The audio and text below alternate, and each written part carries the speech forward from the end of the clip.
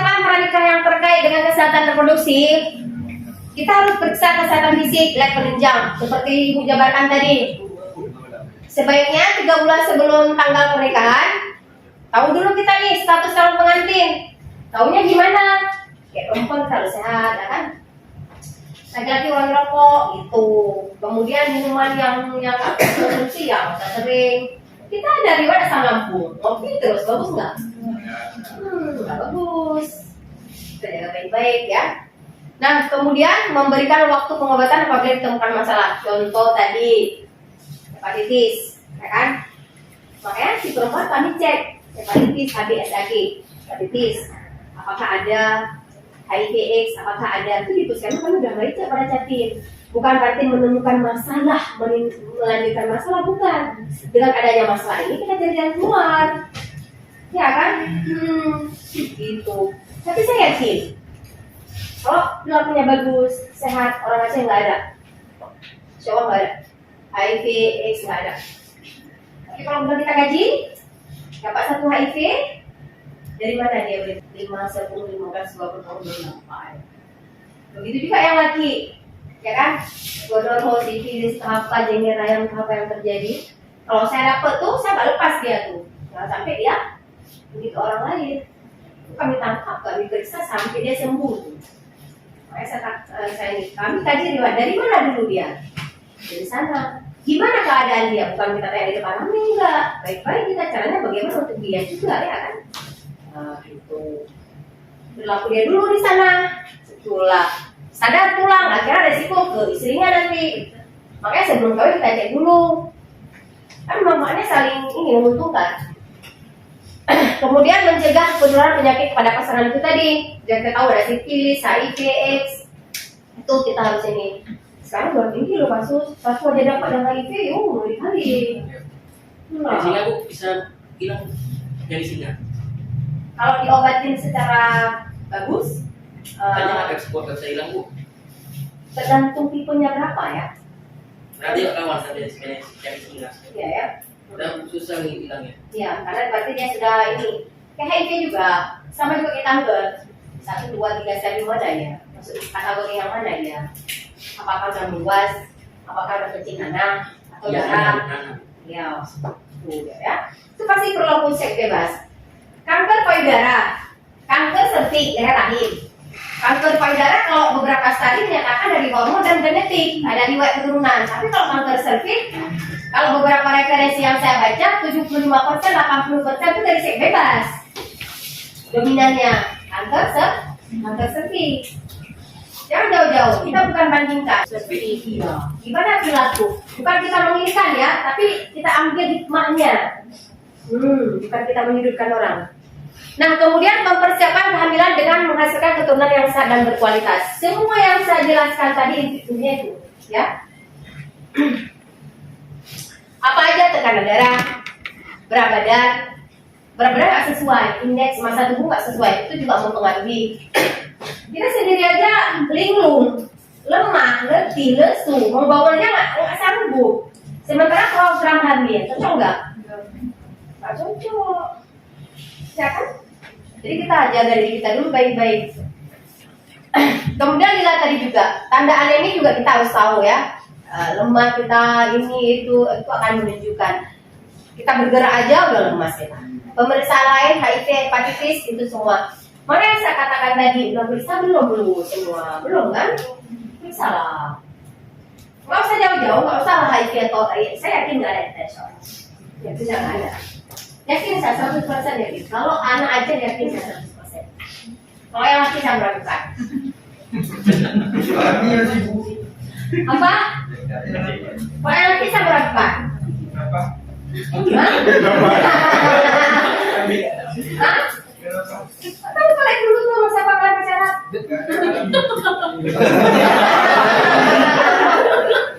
Apalagi kita kan? Tapi enggak, kan candaan, enggak kan? Iya. Masih bersertifikat. Enggak, saya kan enggak ada insya Allah. Kalau ke puskesmas kita cek lab HP atau apa, kalau ada riwayat, kalau kami lihat dari perilakunya aja udah nampak. Yang positif HIV, hepatitis sudah nampak dari cara dia udah nampak. Kita kaji aja dari mana dia udah nampak. Karena itu tadi apa yang kita tanam bisa kita petik tuh enggak. Tapi anak-anak Aceh yang perempuan, insya Allah nggak ada. Ada. Kalau dicek semua bagus. Lagi hamil semua bagus. Satu yang ada hepatitis. Saya yakin dari suaminya. Dari suaminya. Makanya itu tadi kami perempuan kadang-kadang resiko juga ya, fatal juga. Oh enggak. Hepatitis kita. Tapi dari suami kita dulu. Riwayatnya. Ya. Kan kalian pembawa. Kami kan menerima, benar enggak? Kalian kan pembawa. Hah? Enggak. Ini kita apa ya? Untuk antisipasi, untuk nanti kita ke depan betul saja baik-baik. Bukan kita ada itu intinya. Inti sehari yang kita ambil itu anak kita jangan saja. Kalau kita udah kayak gini mau anak kita lebih dari kita, yang baik kan dari kita. Janganlah. Kau ujungnya ke situ. Kemudian ini dia KIE konseling dan kesehatan reproduksi hari ini kita nggak bimbingan masalahnya, nggak bimbingan kita. Kemudian screening imunisasi TT perlu ya sayang ya. Kalian 5 kali itu harus dapat. Pertama kali selang 1 bulan, selang 6 bulan, selang setahun udah seumur hidup long life, 25 tahun ke atas. Dapatlah. Suntik aja tuh. Apa kegunaannya? Hal pertama, kita berhubungan. Udah. Ini maaf ya. Udah, terjadi apa? Robek vagina kita kan? Pemecahan rahim kita. Ya kan? Otomatis ada mukosa yang robek. Kita udah suntik TT. Itu salah satu perlindungannya. Ditakutkan dari pasangan kita, itu tadi ada HIV, ada AIDS, hepatitis, entah apa, kita kan nggak tahu. Salah satu, ya. Yang lain itu apa? Mencegah yang namanya infeksi tali pusat. Ya. Itu tadi anak kita waktu kita lahirkan itu dia dan buat kita itu fungsinya itu jelas. Kita kena paku, kena apa? Sudah perlindungan dari imunisasi TT tadi, ya. Kalau menurut saya bagus diikutin, tapi kembali kepada adik semua. Gizi penting ya. Setiap pasangan dianjurkan konsumsi makanan beraneka ragam. Lihat baik-baik kalau kalian udah hamil jangan milih-milih lagi makan. Jangan makan yang nggak sehat. Saya nggak perlu jabarkan makanan nggak sehat karena udah tahu semua, ya. Nggak suami punya sering pakai baju yang tonton dari timber. Anak siapa nggak tudungan? Gebuh. Saus sih gitu. Tidak bisa dimohon. Bukan perempuan. Oh puri kamu ingat? Ah puri kamu ingat lagi? Ada siapa aja? Nggak ada. Ada rumahnya nggak ada. Pokoknya awalnya tuh beda tembok, jadi pakai lu ngidam, jepung dan ngidam. Ngidam kan aku.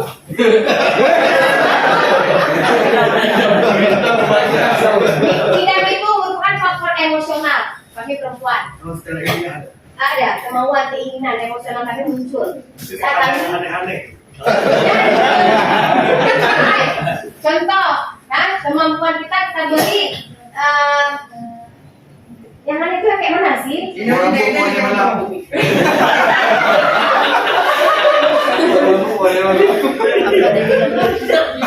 Ya, kalian dengar ya? Dengar ya? Jangan pernah minta rambutan tengah malam. Tapi menyambung ulur, persepsi saya rambutan tengah malam wajar aja. Tapi kalau mau minta mobil yang mewah itu yang nggak perlu aja. Buat rambut tinggal malam rambutnya mempat jam. Tapi emosional itu muncul, sayang, muncul. Emosional pada kita perempuan meminta keinginan itu ada. Kayak muncul, karena kenapa itu kemauan, keinginan faktor emosional. Perubahan hormon estrogen, progesteron, prolaktin, oksitosin semua ada di diri kita perempuan, ya kan? Mood, gak mood, ya. Memang kita bahas masalah ngidam tuh lagi-lagi ngambek kalau kita minta yang macam-macam ya. Enggak nih. Tapi janganlah, dikonomin aja lah. Dapur. Jangan,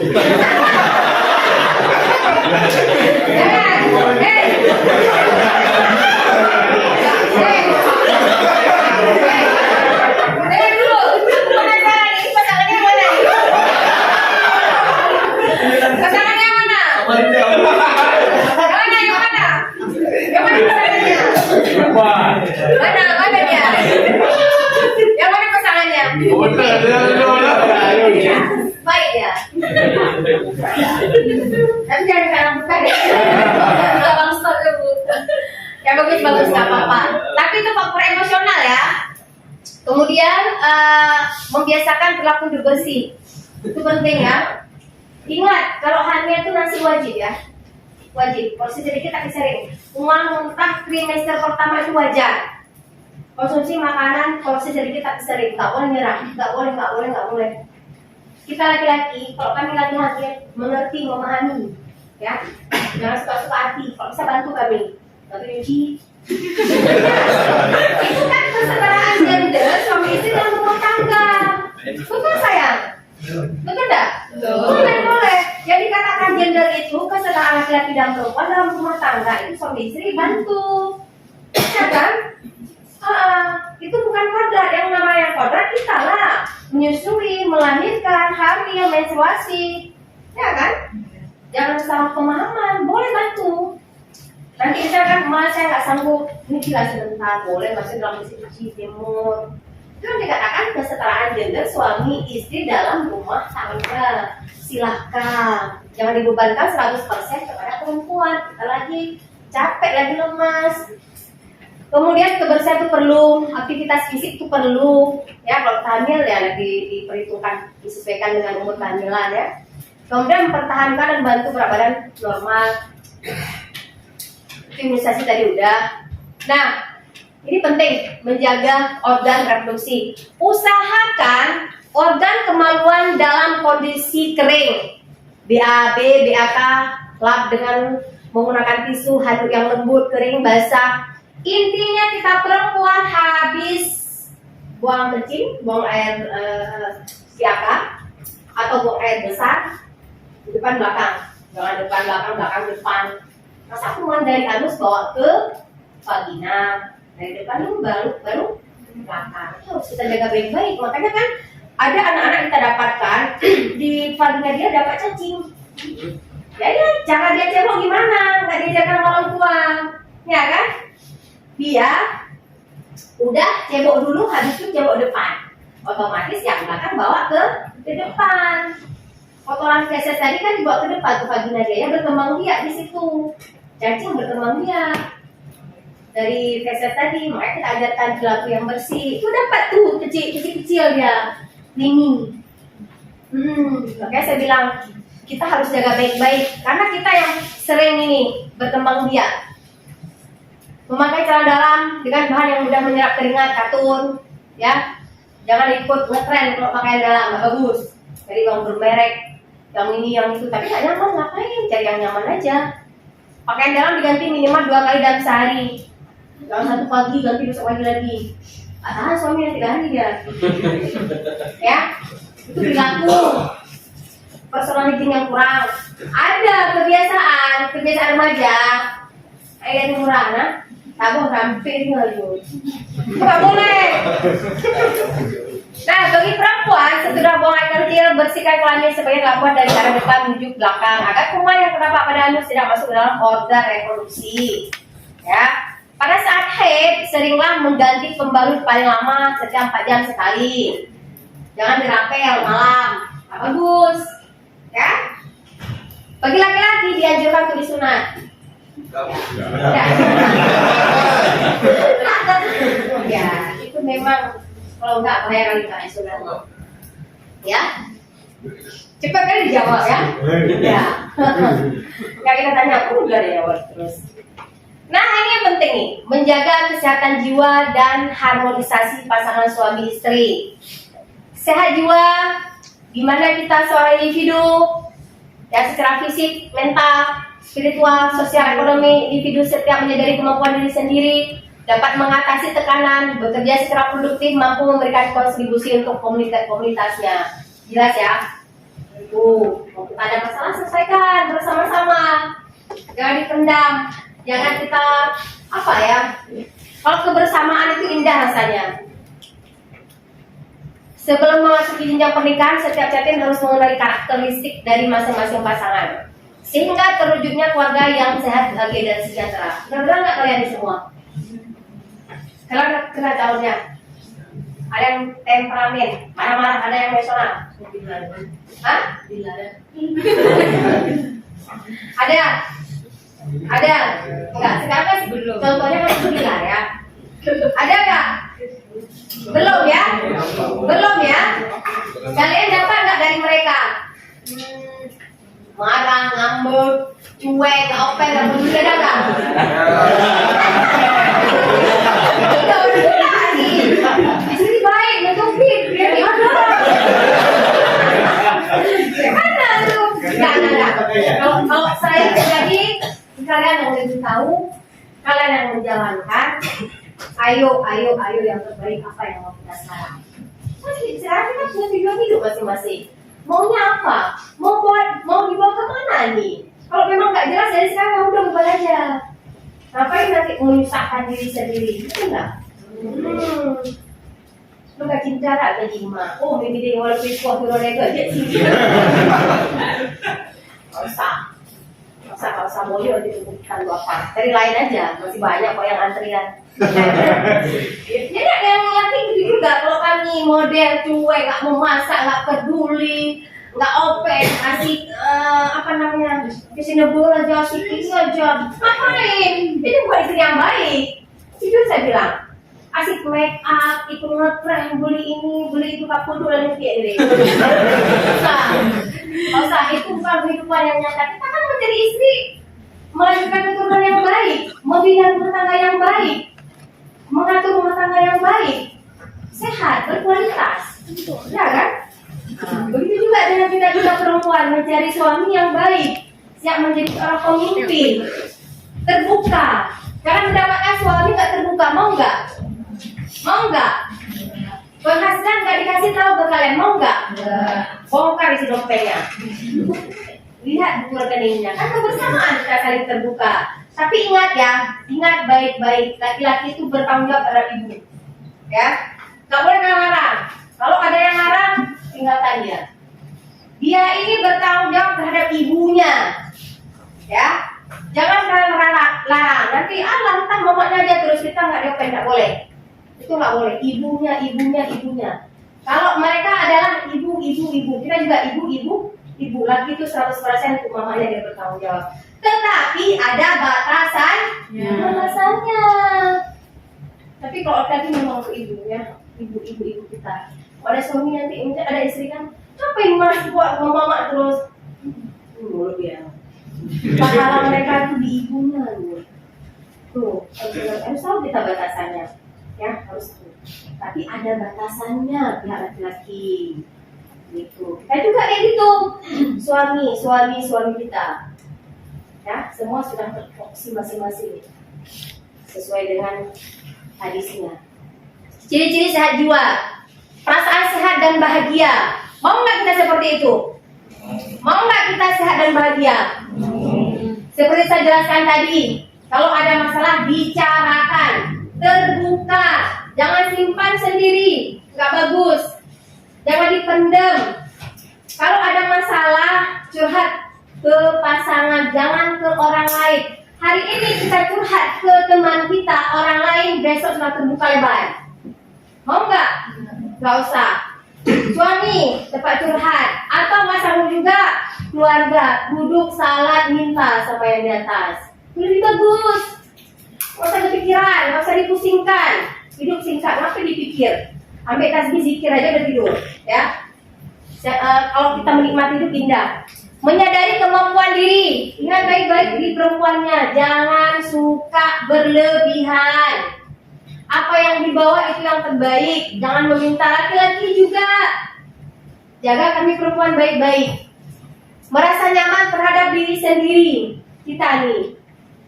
Ya kan? Menghargai diri kita sendiri dengan bagaimana menjaga pola makan, kebersihan, keindahan, kewangian untuk suami.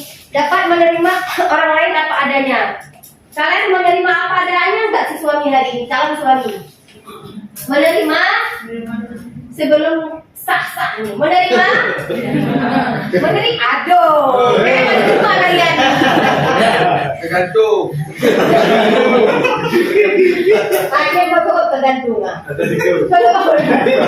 Apakah kalian menerima calon suami kalian hari ini?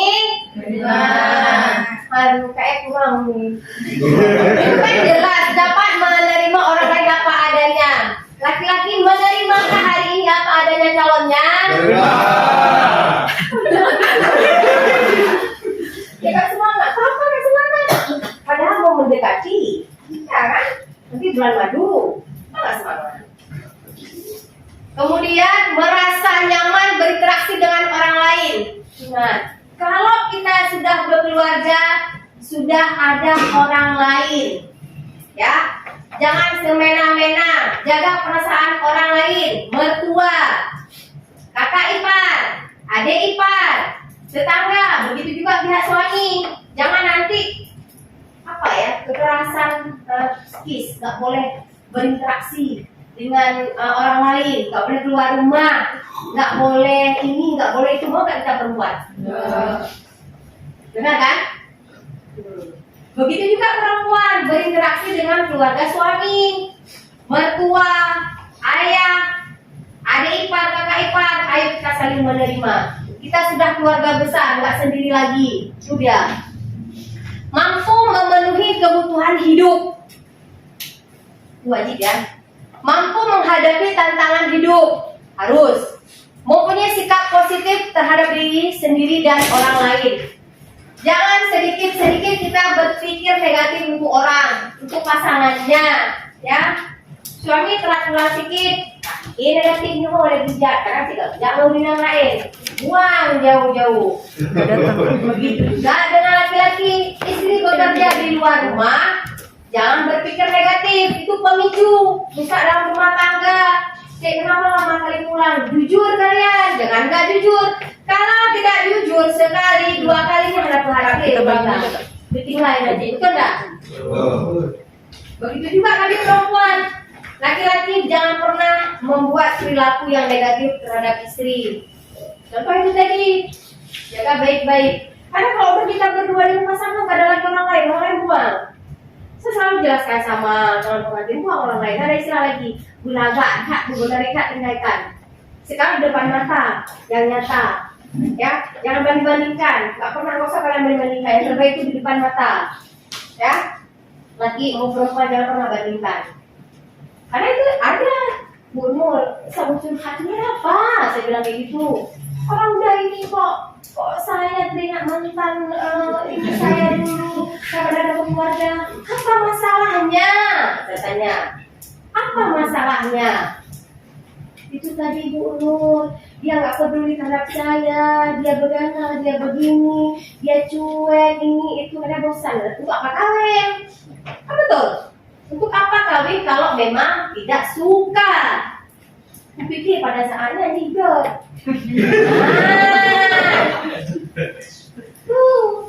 Makanya saya bilang setelah kita berinteraksi 24 jam dalam jangka waktu yang lama, kita tahu watak masing-masing, sombong, angkuh, cuek, itu nggak bagus, buang jauh-jauh, nggak usah dipelihara gitu. Itu biarin aja dipelihara sama kuntilanak. Sombong, angkuh, cuek, sok merasa pede, sok cantik, sok ini buang jauh-jauh, nggak usah. Hargai, menghormati orang lain itu indah, betul nggak?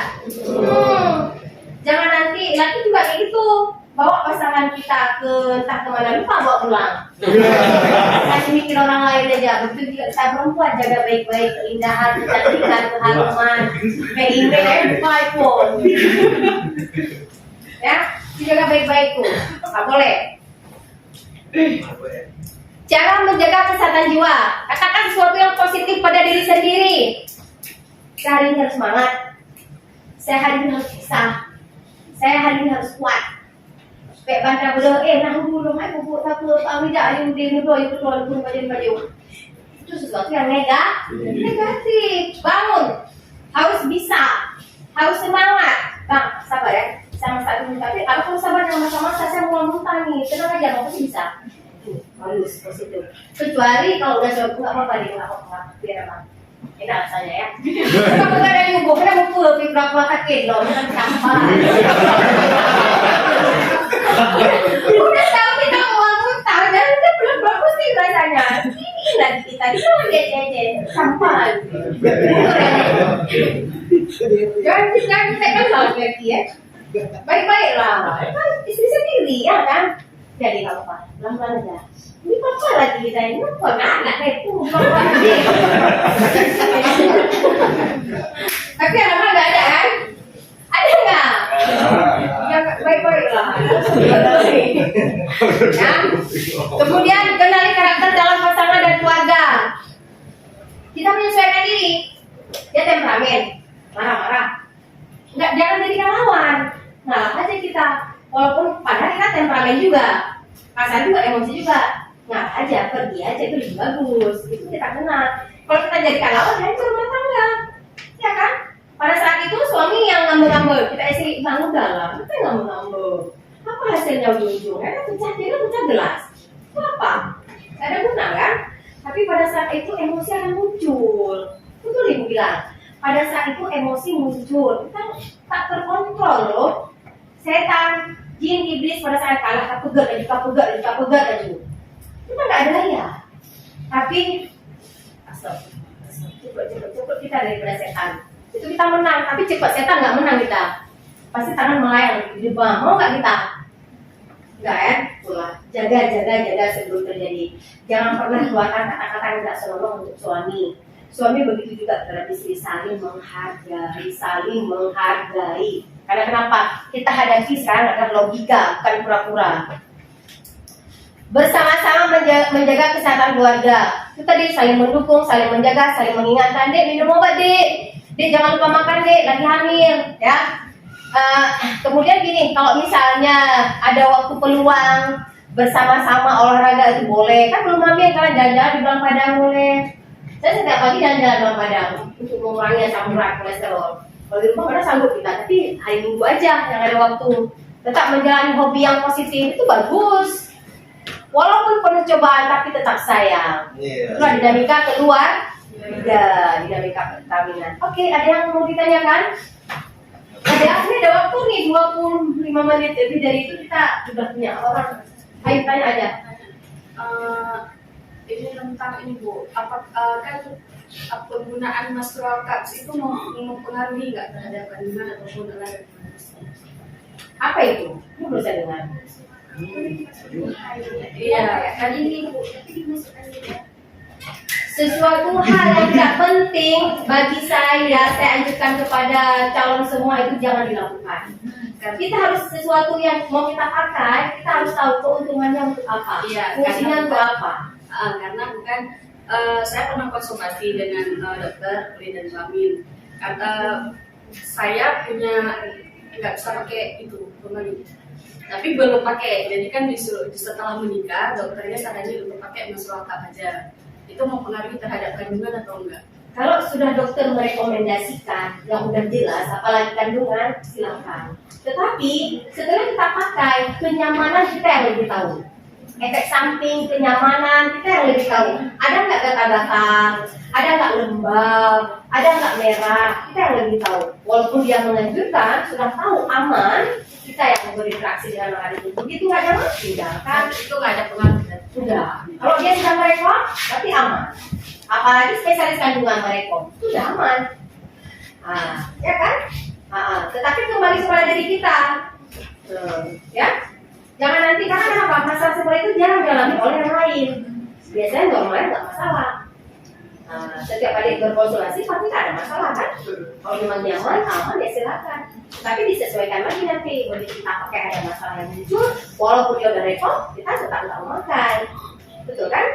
Contoh, kita pakai alat tadi, tidak menyebut ini lah. Waktu kita pakai kita nggak bisa, maka kita paksa. Kembali kepada kita. Walaupun dia udah kasih konseling, itulah konseling ya. Dua verbal yang memutuskan. Oke ya, ada yang lain? Hah? Ciri-ciri hepatitis yang dari studi 2A atau B. Nah, kalau itu kan lebih spesifik. Kalau udah lebih spesifik itu perlu penjelasan yang lebih berkapasitas lah dokter. Tapi kalau ciri awal kita sudah menunjukkan lemas, kemudian dia sudah terjadi kuning, iya kuning. Tapi belum tentu ya orang kuning hepatitis. Siapa tahu dia konsumsi wortel kuning, kates kuning, coba dikonsumsi itu kuning. Tapi dia memang ada ciri khas tertentu, lemas, daya tahan tubuhnya, kemudian terhadap radang hatinya yang bagaimana, kalau dia konsumsi makanan mual nggak, muntah nggak, pusing nggak, itu mempengaruhi semua. Itu kan peradangan hati hepatitis. Tapi kalau ikut-ikut itu kan sesuai kapasitas, dokter yang berhak menjelaskan. Tetapi ciri dari awal itu lemas kita, apa yang kita konsumsi ditolak, mual, muntah. Tapi fisik kita kuning, tergantung kuningnya dulu apa. Kalau kita konsumsi sayur, buah, wortel itu enggak, insya Allah gitu ya. Terus Bu, kalau misalnya kan ada yang bilang kan kalau SUTTT itu kan sebulan mau nikah ya.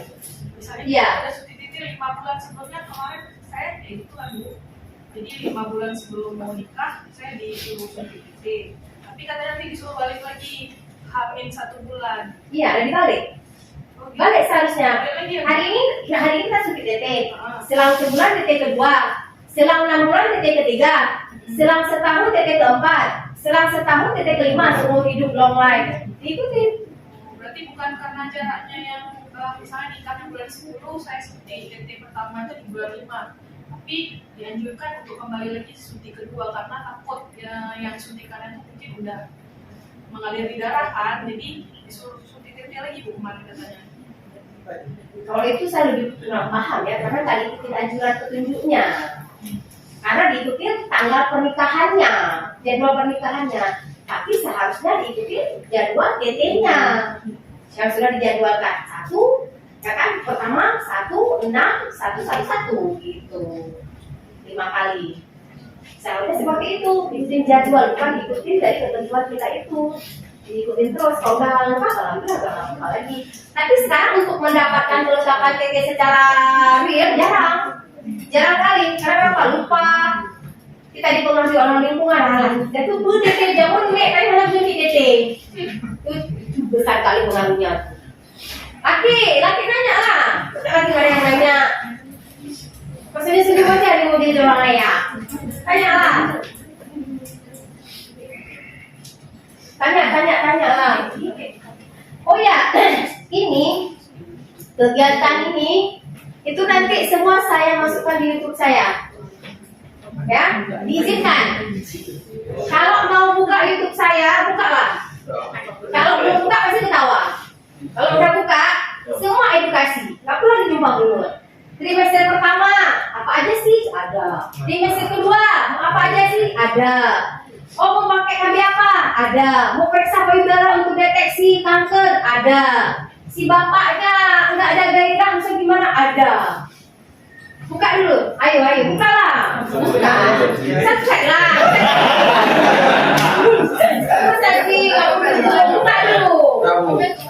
Nurai A2N.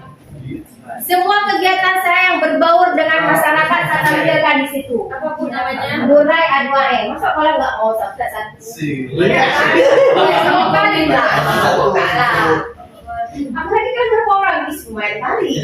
Nggak munafik kan? Nurai kali. Ada. Nurai A2N. Nurai A2N. Bukan semua istilah yang ini semua kali dong Pak. Buka lah. Mana namanya?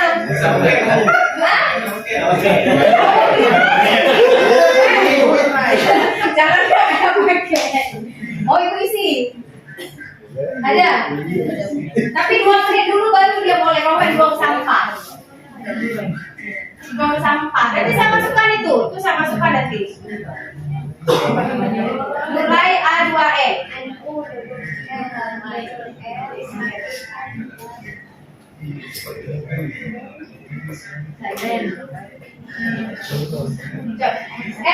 Cara menyusui ada, habis itu ada lagi. Kenapa nggak menyusui, nggak dikasih suami? Apa alasannya kendor? Waduh, bodoh lah, karena ya Yang namanya kita petugas kesehatan, ikhlas kita memberikan informasi kepada pasien. Saya nggak mau kayak gitu. Saya tangkap terus suaminya, saya tanya terus, kenapa nggak kasih? Saya punya urusan lo, nggak urusan berat. Oke, tapi hanya jangan bingung urusan lo. Betul nggak? Betul nggak? Anaknya akhirnya apa yang terjadi sekarang? Oh, nggak dikasih itu nggak boleh itu. Egois, suami egois. Kalau saya enggak, kalau memang dalam kesehatan, kalau memang guru saya benar, saya takut terus. Karena kenapa? Sayang, si istri kan nggak ada keterbatasan, suami kan keras. Ada? Udah kan ituin lah. Itu kan, kalau misalnya habis melahirkan, mau KB apa? Semua di situ. Misalnya, Bu Nur, saya tinggal di Sibre. Bu Nur, saya tinggal di sini. Udah, kan kalau lupa karakter saya. Bu Nur, saya mau pasang KB ini, boleh nggak ke rumah saya? Boleh? Buktinya ada di YouTube saya mau pergi kemana saya disuruh? Oh saya pergi. Asal ibu hamilnya, ibu menipasnya betul-betul dari itu pertolongan saya. Pergi saya. Yang mana gerak-gerak saya pergi ke tempatnya. Saya pasang. Karena kenapa dia ke puskesmas nggak bisa? Honda nggak ada, suami nggak berdaya. Apa lagi kita lakukan? Kalau nggak cara seperti itu, makanya saya bilang, kalau YouTube saya memang YouTube pure menolong masyarakat. Oh misalnya hari ini ke depan nih, mau saya bantu silahkan. Yang udah di kantor camat, kalau udah jumpa sama saya, terima kasih atas pertolongannya. Oke. Saya buat itu yang ke orang lain. Boleh. Kenapa? Itu kan pemicu dorongan bagi orang lain untuk dia lihat. Oh seperti ini kok di lapangannya. Kenapa orang ngomong gini. Sebenarnya nggak ada kok. Nah, itu saya inginkan lagi, saya pilihkan lagi. Jadi kita kembangkan yang baik-baik, bukan yang jelek-jelek. Oke, ada yang bertanya lagi? Ada? Kalau nggak mau ke puskesmas, ke rumah saya boleh juga. Konsul gratis, nggak ada bayar. Iya, konsul gratis nggak ada bayar. Apalagi orang nggak mampu yang dan saya datang, saya bilang terus sama asisten saya mau ambil uang. Tapi dia nggak datang nggak mampu nih. Saya bilang terus, kalau saya pelayanan di rumah ada kriteria dari Dayak, dari satu pesantren itu nggak usah berjuang. Anak yatim itu nggak usah berjuang. Enggak punya nggak usah ambil uang, pahala kita tuh enggak. Jadi kalian kalau yang petugas kesehatan di depan, ayo. Kalau enggak kita siapa lagi? Kita nggak usah mengharap dari orang lain dulu. Kita dia mulai, ya, dengan membantu orang lain itu. Kalau misalnya pagi ke puskesmas boleh, ya. Mau yang laki mau perempuan. Satu lagi nih untuk yang perempuan.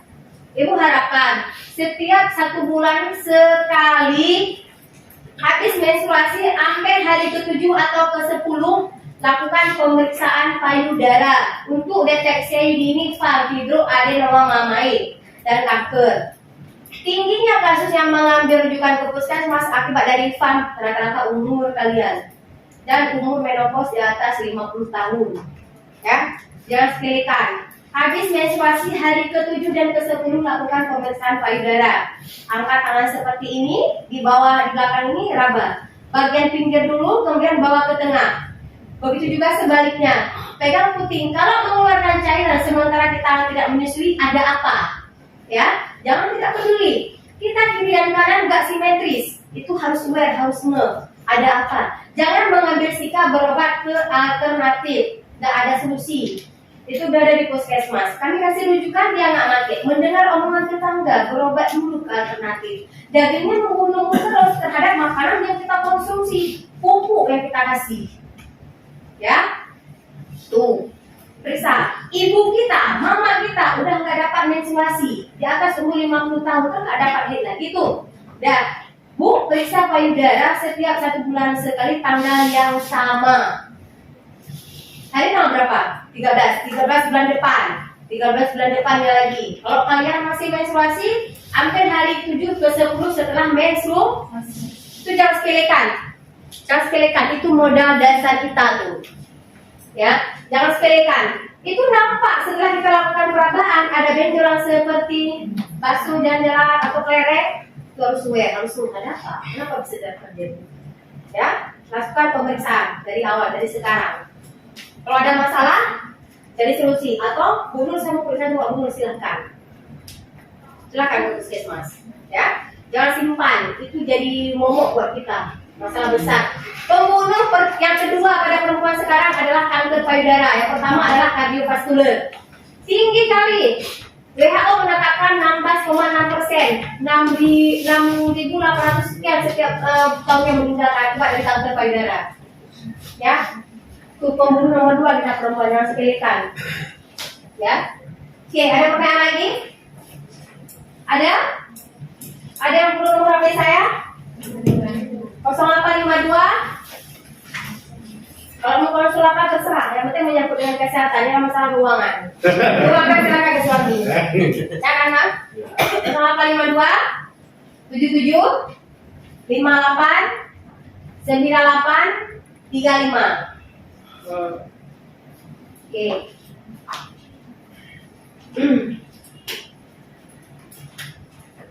Itu semua kalau misalnya satu saya nanti semua bersifat edukasi saya di situ. Apa yang kalian inginkan, apa yang kalian perlukan, ya. Oke, nggak ada yang bertanya lagi? Jam kita udah mau habis Bu Sumaya. Ada? Udah habis ya? Udah habis. Jangan lupa undang saya nanti ya, podcast dari Bang Aceh ya. Mau deket apa mau lama nih? Apa 2? Ini kan 2 bulan lagi nih. Siapa yang bulan 11? Bulan 11. Yang perempuan? Bulan 11. Laki? Bulan 11. Bulan 12? Bulan 12. Bulan 1? Bulan 1 gak ada? Mangga sih buat dijual dulu ya. Siapa yang tahu lagi? Ya, kalau selamat berbahagia lah insya Allah, mudah-mudahan lancar, gak ada masalah, Allah mudahkan. Banyak kan itu semua, ya kan? Apapun mau kita raih, apapun yang mau kita capai juga Allah semua, gak ada. Ya, apapun yang seperti sang berlomba katakan, jangan pernah kita bersikap sandiwara. Ya, dalam menjadi panutan jangan pernah mau laki mau perempuan. Kalau kita udah bersandiwara, udah nggak jujur sama istri, sama suami, luar biasa masalahnya. Karena yang saya hadapi sehari-hari itu saya masih itu yang muncul. Yang mana mau saya pertahankan sama dia nggak jujur sama saya, cerai. Begitu juga suami, gimana rutin mandi, dedahkan permintaan, jangan. Itu semua akan kita alami. Makanya saya katakan tadi, sesuaikan dengan kebutuhan, jangan sesuaikan dengan nafsu, ya. Hanya ini yang bisa saya sampaikan. Mohon maaf segala sesuatu yang tidak berkenan. Assalamualaikum warahmatullahi wabarakatuh.